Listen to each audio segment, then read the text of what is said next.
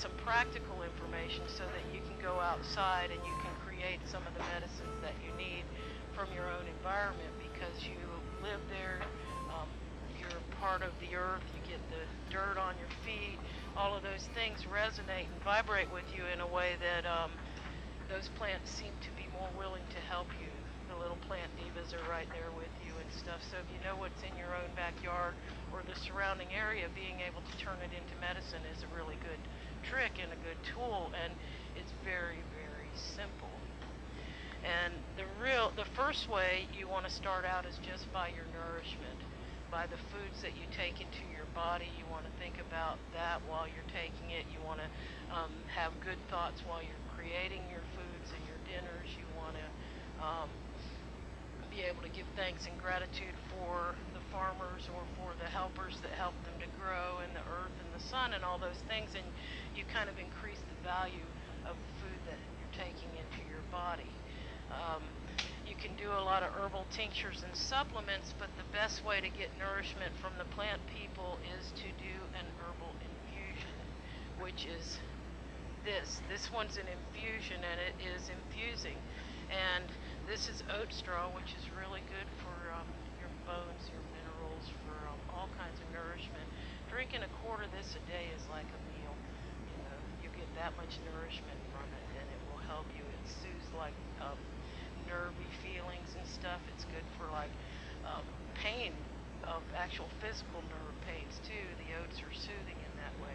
So if you drink quarts of herbal infusions, you basically almost can skip going the next step to the doctors or to the tinctures, because this is going to feed your body. All those things that your cells are hungry for are going to come out of these things. Herbal infusions are made by using the dried plant. So you would always use a dried one, and oat straw, I don't really have fields of oat close by, so I order this. And there's a couple of really good companies that I'm aware of out there in this country that carry good quality dried herbs in bulk, and I have some of that information for you, or you can hook up with them if you want to. But I'll buy this because it's got a good shelf life if I take good care of it and use it. So what we're going to do is make an herbal infusion. This one we made just about a half hour ago, and in 4 hours it'll be ready for us to drink. So we'll strain off all the plant matter out of it, and we can drink that, and it's really pretty delicious and pretty nourishing, and it'll pick you up. The next thing that you'll want to see is that these are other forms of ways to get the plant medicine out of the plant, and there are different elements and different substances that you would use for that. To make a tincture, generally you're going to use something like a alcohol-based thing. Some people make them with glycerin if they have an alcohol problem, but I use 100 proof vodka because it's half water and half vodka. The potato that the vodka is made from does not cause liver damage, so the alcohol doesn't really harm you in any way, whereas the grain alcohol is harder on the system and it can hurt the liver. But there's some studies that show that the vodka is okay in that realm. If you have an aversion to alcohol, you can put this in a few droppers of this in some really hot water and let the alcohol dissipate and burn off of it, and then it's pretty okay. But if it's still an issue for you, then you can find some glycerin-based ones and figure out a way to do a non-alcoholic tincture. So your tinctures are more in the realm of where you would take it from taking a pill or a pharmaceutical thing, except where your body can utilize it much better than dried capsules. Dried capsules are almost like throwing your money away when you're using herbs in that manner. So it's better to go straight to straight to the tincture form. If the infusion's not cutting it, find the tincture and use a few droppers of that a day. Another way that you set the plants is by putting them in vinegar, and you can make herbal vinegars. This is pretty equal to a infusion as far as the type of nourishment that it'll bring to your body. So these things are like nourishing. This tincture form is more like the medicinal in the other realm of taking, you know, a medicine instead of what a doctor prescribes, finding a tincture that's going to suit that need and utilizing it in that manner. These things will do a miraculous part in repairing and resetting your body any way you look at it, and taking these in the sense of just as daily nourishment will probably keep you well. Every single cell in your body is always, its goal is to be totally satisfied and nourished. If you can satisfy and nourish your cells, if you have trouble spots in your body, these other ones aren't working to get all those nutrients and all those things from them, and your body actually can start repairing the trouble spots when it's fully nourished. Your body wants to be well. If you scratch or cut your hand and you don't take care of it for a minute and just watch it, it gets all red or a splinter, the pus starts forming until it fights its way out.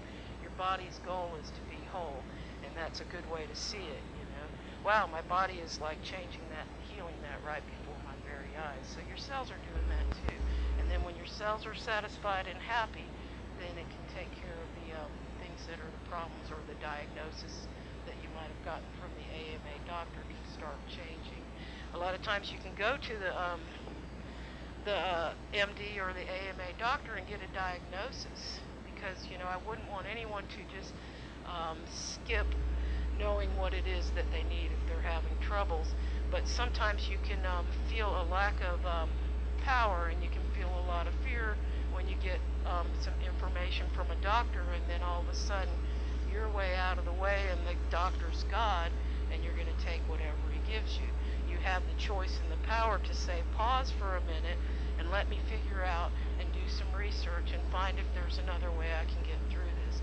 All of us have that power and that right and that ability.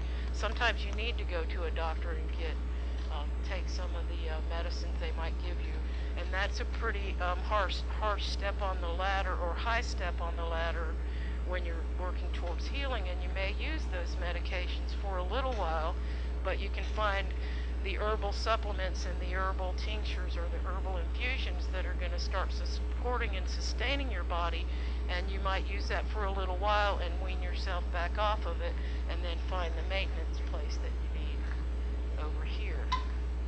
So another thing, some of the plants the medicines won't pull out, and some of the plants, when you use the alcohol base, and you have to use an oil base, and some of them won't come out in the oil, and you have to use an alcohol base. So you gotta like get to know the plants and figure out which one does what as well. But we have some oils here, and this one is ready. It's comfrey. We made this in the spring, I think, and it's really hard to see the label, but I know it's this year's. And so you just take green plant. It's got to be dry. It couldn't have just been rained on, because the water and the oil won't mix, and they'll mold in your jar while it's setting up. So you take the green plant and you break it up and you fill the jar up to the top, and then you do the magic trick and you take your olive oil, extra virgin, you fill your jar all the way up again, so you can fill a jar up 2 times. It's magic and it's fun. And let that set for 6 weeks or so, and you have an oil infusion.